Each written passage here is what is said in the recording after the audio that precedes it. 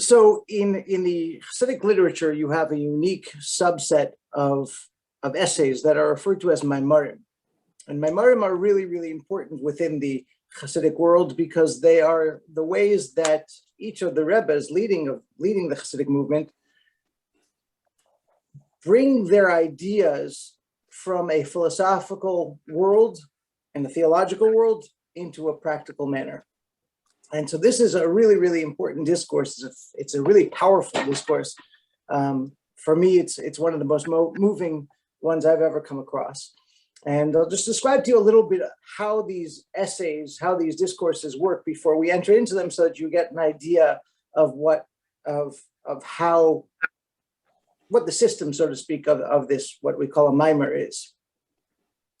So in general, you have two styles of maimarim, of these essays. You have one that's referred to as haskala, and those are deep Kabbalistic theological studies of how God creates the world, why God creates the world, what the elements of relationship between us, God, angels, worlds, and all that kind of thing. And they're very, very abstract. Then you have a second subset of maimarim that are referred to as, in the Yiddishism, avoidadik maimarim, which means service-oriented, practical maimarim. Maimarim that take an idea and break down. What does it mean for us to give charity? What does it mean for us to study Torah? Why should we study Torah? Why should we do mitzvot? What's going on when we pray? And gives us a lot of energy into how we serve God. This is a very unique mimer because it combines aspects of both haskala. So on one hand, we're going to delve into a very, very, very deep concept of God's relationship with the world and how and why God creates the world. At the same time, it is unbelievably practical, and I think that we'll all feel afterwards very, very motivated as a result of it. And that's a result of the haskala kind of element of it. Now, the way a mimer is built is you start with an opening verse. And with regards to the entire Torah in general, there's a way of interpretation that's the basic interpretation, and then you go deeper and deeper. There's the Talmudic interpretation, which will give you aspects of Jewish law or morals to the verse. And then you go into you can go into the Kabbalistic concepts, what are referred to by different names of God, and how does a particular mitzvah elicit different energies and whatnot. Here we're going to take a verse that is a very, very, very, seems to be an extremely simplistic verse, really. And we're going to reveal a side to it that is unbelievably depth. It takes the breath away, and the depth within the verse is suddenly revealed in a completely different way. And this verse is found in Parshat Mishpatim. So we're talking about right after the giving of the Ten Commandments. So Hashem gives the Ten Commandments and then follows that up with Parshat Mishpatim, which is mostly laws, torts, how you treat your servants. It goes through a tremendous amount of laws. And then towards the end of the Parsha, there's a flow of verses where God says, if you serve me, you'll get these blessings. And this really seems to be, at first glance, it really looks like what you would see from any religion, where basically, if you serve the religion, you'll get these blessings. And you look at the two verses that we have at the beginning of the PDF. You shall serve the Lord your God, and he will bless your bread and your water, and I will remove sickness from your midst. No woman in your land shall miscarry or be barren, and I will let you enjoy the full count of your days. So that really doesn't look at first glance as a particularly meaningful, powerful verse at all. It just looks as, your standard promise that, God forbid, I don't want to compare Judaism to any other religion, but that you would see in any kind of religious context or even a political, God forbid, context where you would see this hey, if you vote for me, you'll get everything you want. That's basically what it seems to be. But by focusing on some of the nuances in the verse, we're going to see a whole new discussion be pulled out. And that discussion really opens into a whole different approach, really, to Judaism itself. And that's the brilliance of this. Now, one more little historical background to this particular essay. So in general, with regards to Mamarim, each of the Rebbes had their own style of delivering Mamarim. They had their own schedule of delivering Mamarim. In fact, the way in Chabad, contemporary Chabad, the way we look at the Rebbe accepting the leadership was the fact that he finally, after a year of refusing to do so, he finally agreed to deliver a mimer, and he did so on the 10th of Shvat in 1951. This is just 1 year later. And when you think about that, that's an important kind of the background of what was going on in New York at the time in Chabad headquarters. Chabad headquarters at the time was really tiny. You're talking about, there might have been 100, a little bit, maybe 150 people present when they heard this mimer. Not very many people, because most people had been either devastated by the Holocaust, they were stuck behind the Iron Curtain, or they were in France or Germany in DP camps still.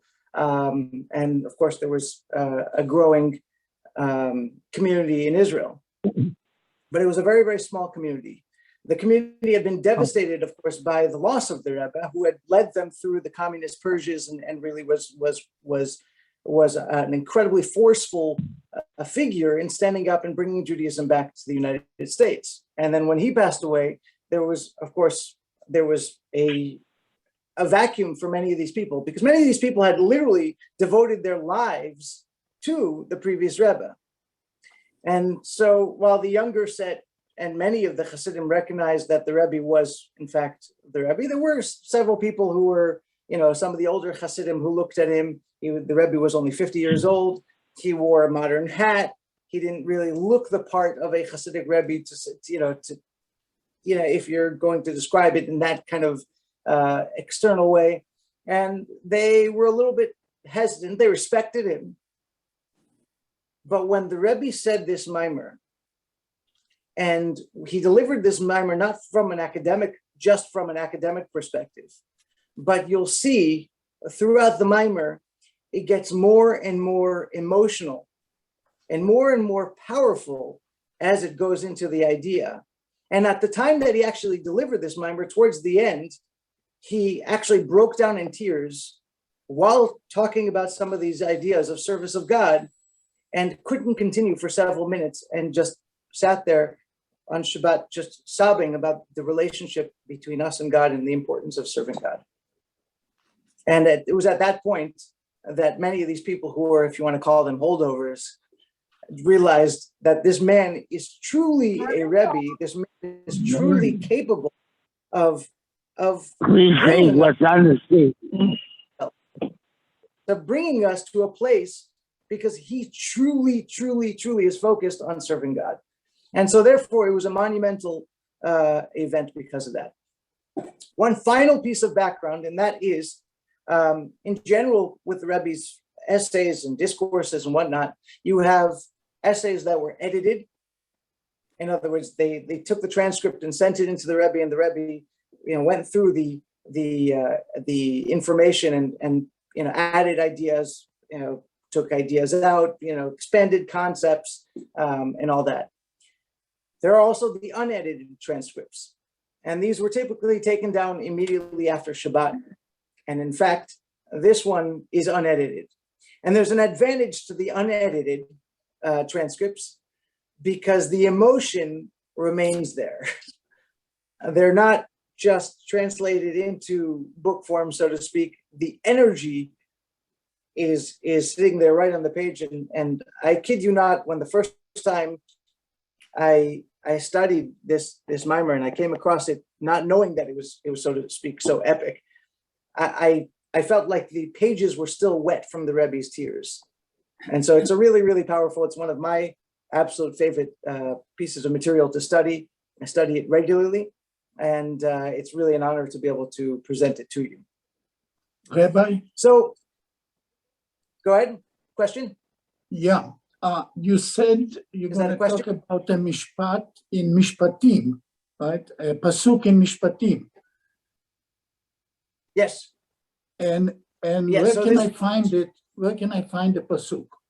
Is it in the beginning, The at the pasuk- end? Or?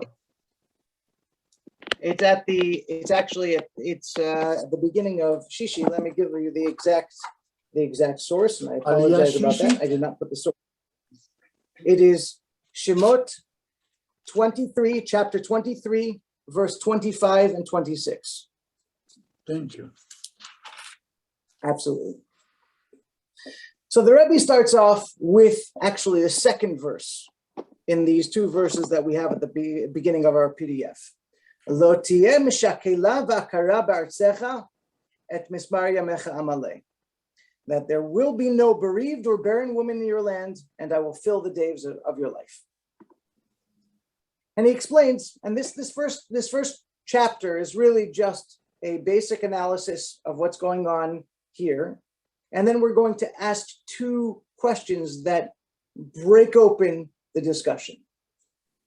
So he says this verse is a direct continuation of the verses prior to it, which state, and you shall serve God your God, and he will bless your bread and your water, and I shall remove sickness from your midst. As a result of that, those blessings, there will also be, as a result of serving God, there will also be no bereaved or barren woman.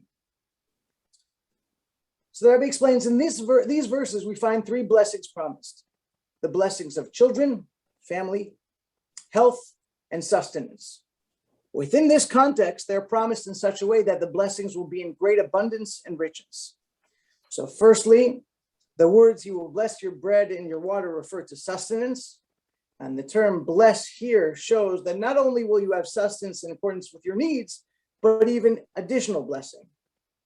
Your parnasa will have blessing in addition to just paying your basic bills.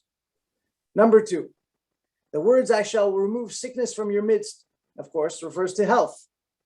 And the added promise, I will fill the days of your life, refers to longevity beyond simply good health.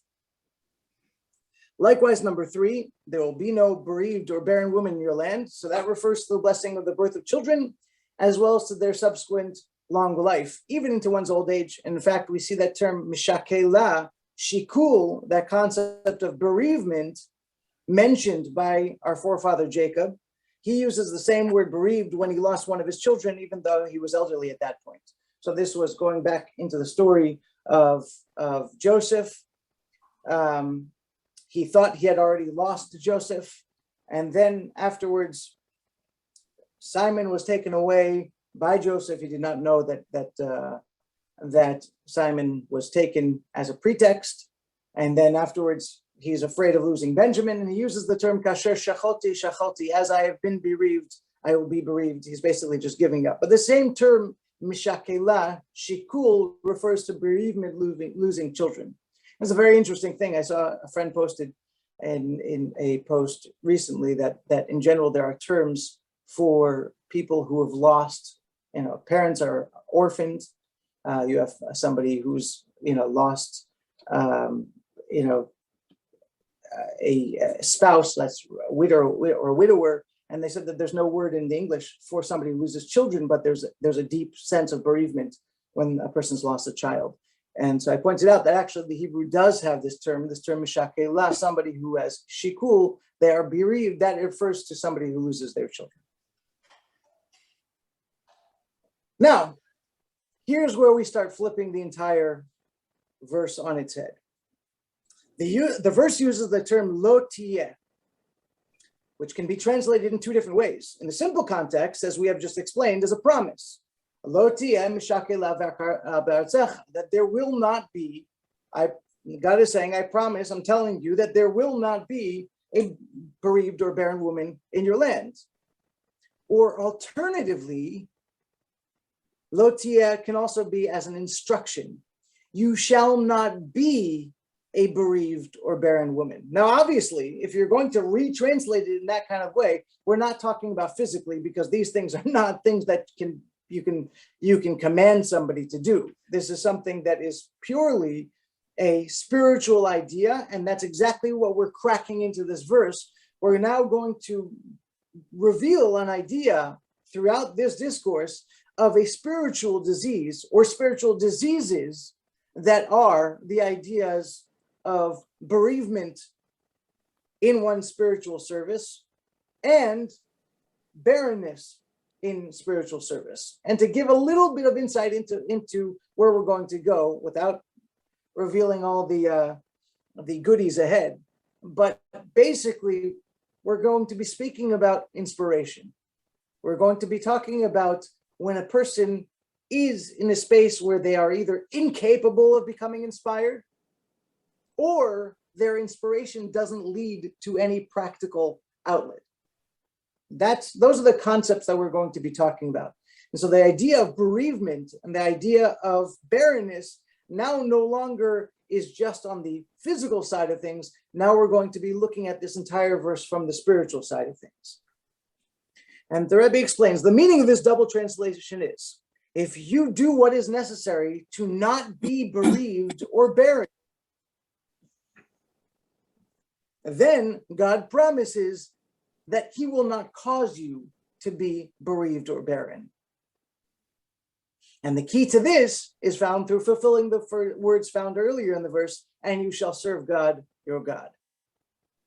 And so we need to understand what this entire concept is. What are these bereavement and the idea of barrenness? What do they mean from the spiritual disease perspective?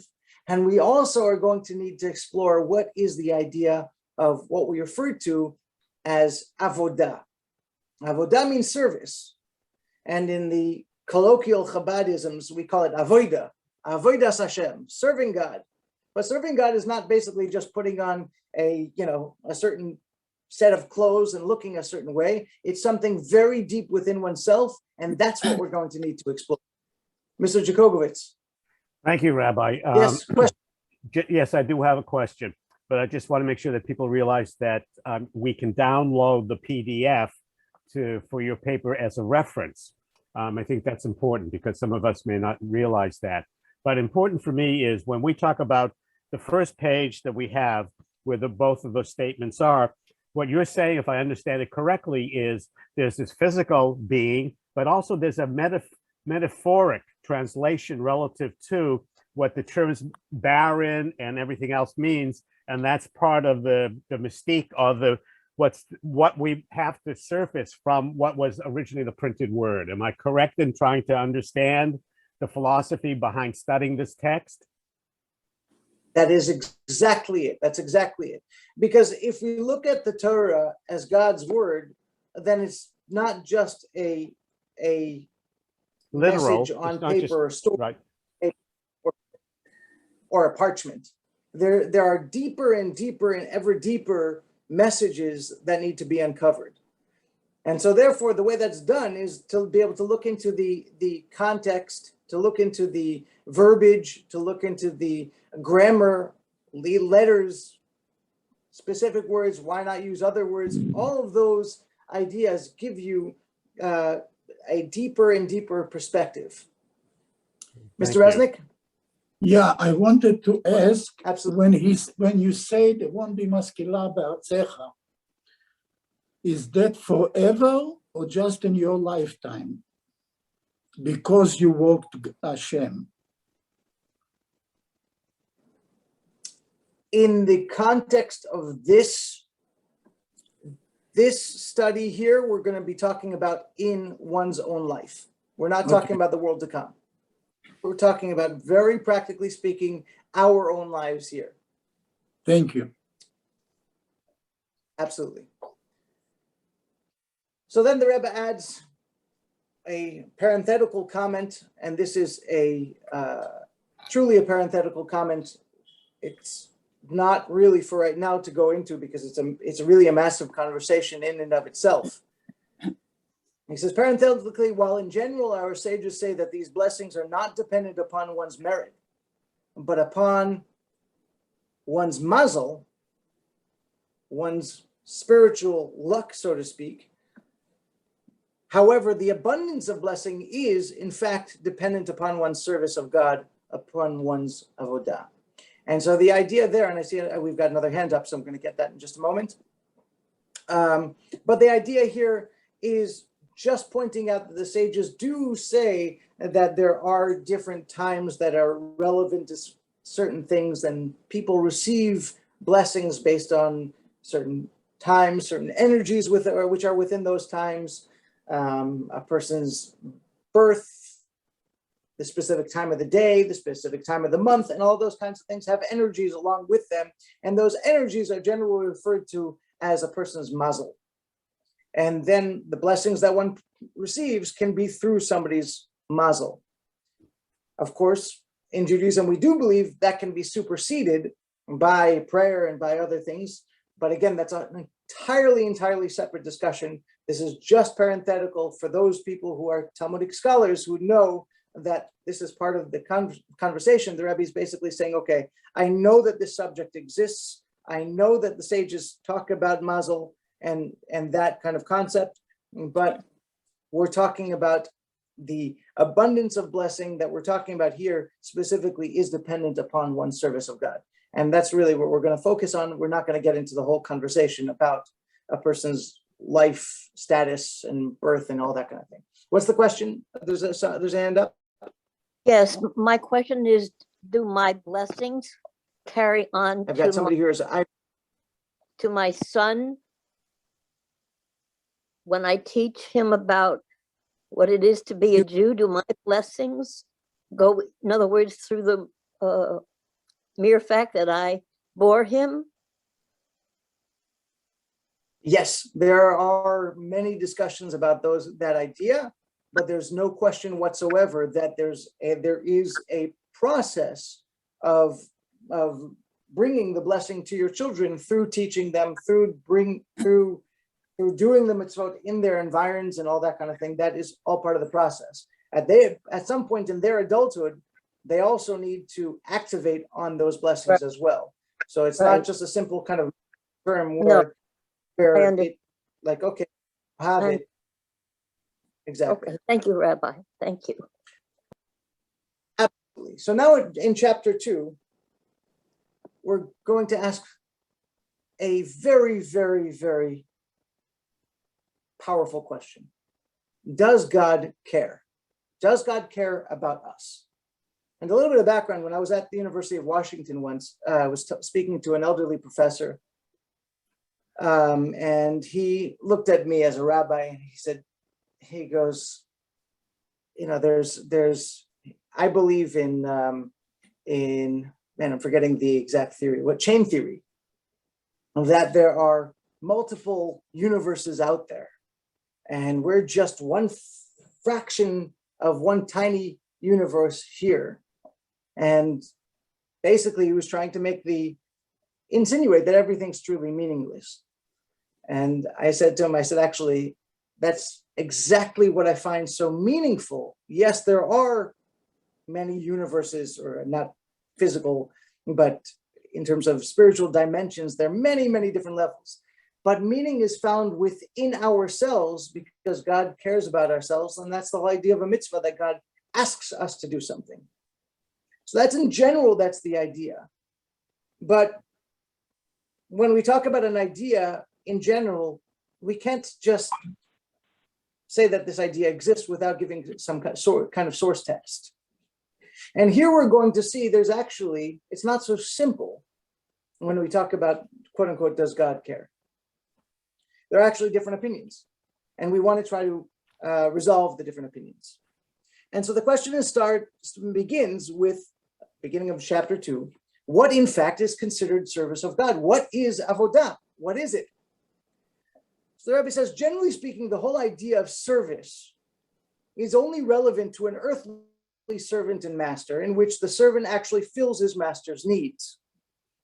So even a true master, let's say somebody incredibly wealthy, has some kind of lack that the servant can fill, bringing the master to a state of completion. And through accomplishing this, the servant fulfills his own purpose. But God is in fact absolutely perfect. He has no needs. So how is the idea of service relevant to God? So again, when you're talking about servant master, the servant has a purpose. He gets paid for something. He gets paid to be able to bring his master tea. Let's go back to the concepts of maybe the 50s sitcoms and Jeeves the butler kind of situation. Jeeves has a need and he feels fulfilled when he's doing what his master asks him to do. That's part of what his job is. If he's sitting there doing nothing, he does not feel fulfilled. The master has a need for the servant because sometimes he needs his tea and he's too darn lazy to get up and get it himself. But he has needs, and so therefore he calls the servant. The servant feels good because he's accomplishing his purpose, and the master feels good because now he has his tea. But God does not have those kinds of needs, so therefore, why do we use the term service when we're talking about God? So that's question number one. Question number two is, in addition, we find a contradiction within Talmudic sources with regards to this whole conversation. On the one hand, we find that statements, and we're going to quickly go through this, we find statements that seem to indicate that our service does not impact God at all. As the Medrash says, does it matter to God whether we slaughter an animal from the nape or the neck? And then Medrash answers, rather, the mitzvot were only given to refine the creatures with them. That a mitzvah has a process of self-refinement, whether it's through self-control or whether it's through the message of the mitzvah, whatever it is. But the purpose of the mitzvah are not for God, they're for us. They're for us to be refined. Accordingly, the purpose of the mitzvot is refinement of created beings, but not something that directly concerns God per se. And in fact, we have a verse in Eov, in Job, and the verse states, if you sin, how have you affected him? How have you affected God? And with all of your iniquities, what have you done to God? And if you are righteous, what did you give him? And so that Job is speaking about that, recognizing that the truth is God is beyond everything. And so therefore, how do we affect God? So that's one perspective. But on the other hand, we find other sources that indicate that man's service does impact the divine. And the Medrash uses some very, very cryptic terms to be able to talk about these ideas, and we're going to explain them soon. The verse says, and now may God's power be made greater. And the Medrash says that through fulfilling Torah and mitzvot, God's name becomes greater. And likewise, we find that man's lack of service causes, as it were, divine weakness. As the verse states, you have weakened the rock of your birth. And the Medrash states on this verse, when the Jewish people do not fulfill God's will, they weaken, as it were, the divine might. So these seem to be two complete opposites. And of course, with regards to the second two quotes, they seem to be really beyond the pale, so to speak, because they seem to be giving God limitations. And they bring up some very, very serious questions. So we need to be able to answer those questions. And we're going to discuss that in chapter 3, and we'll do this, God willing, on Friday. But just again, I don't want to leave on a simple answer, a simple question like, or a deep and difficult question like this. I'd rather give you guys something to think about. And that is what Chassidic philosophy and theology often does, is points out that there are different statements that refer to different levels of the divine.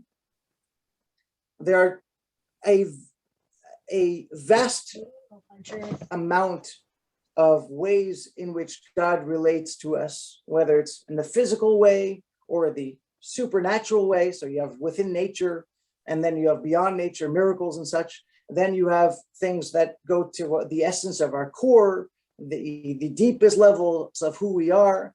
We have, even within ourselves, we can recognize that we have a name. Our name is just a way for somebody else to be able to reach out to us. We have our characteristics, the elements that make up our emotional makeup and our intellectual makeup. We have far deeper, and we have our deepest desires, our deepest tribes, and the things that are completely hidden, maybe even hidden to our spouses and the people closest to us.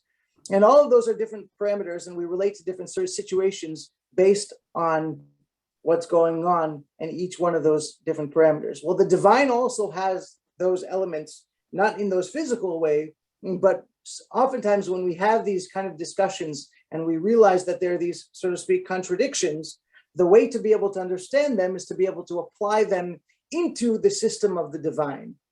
We're going to apply them into various levels of the way God relates to us, relates to the world, and through that, we're going to be able to see a more coherent approach to answering the question whether or not God cares. So this is just an opening into this entire discussion. Again, we're going to be discussing the spiritual diseases of lack of inspiration, or inspiration not ending up in any practical application, and to, when it remains purely academic. We are going to be discussing the idea of serving the divine. What is it? What does it mean that we're serving the divine? And part of that entire process is also to be able to understand, does God really truly care? Does what I do personally really impact God? Does God care about my decisions, my personal, not just decision making, but my personal effort and devotion into serving God? So that is an opening to this entire discussion. Any final questions?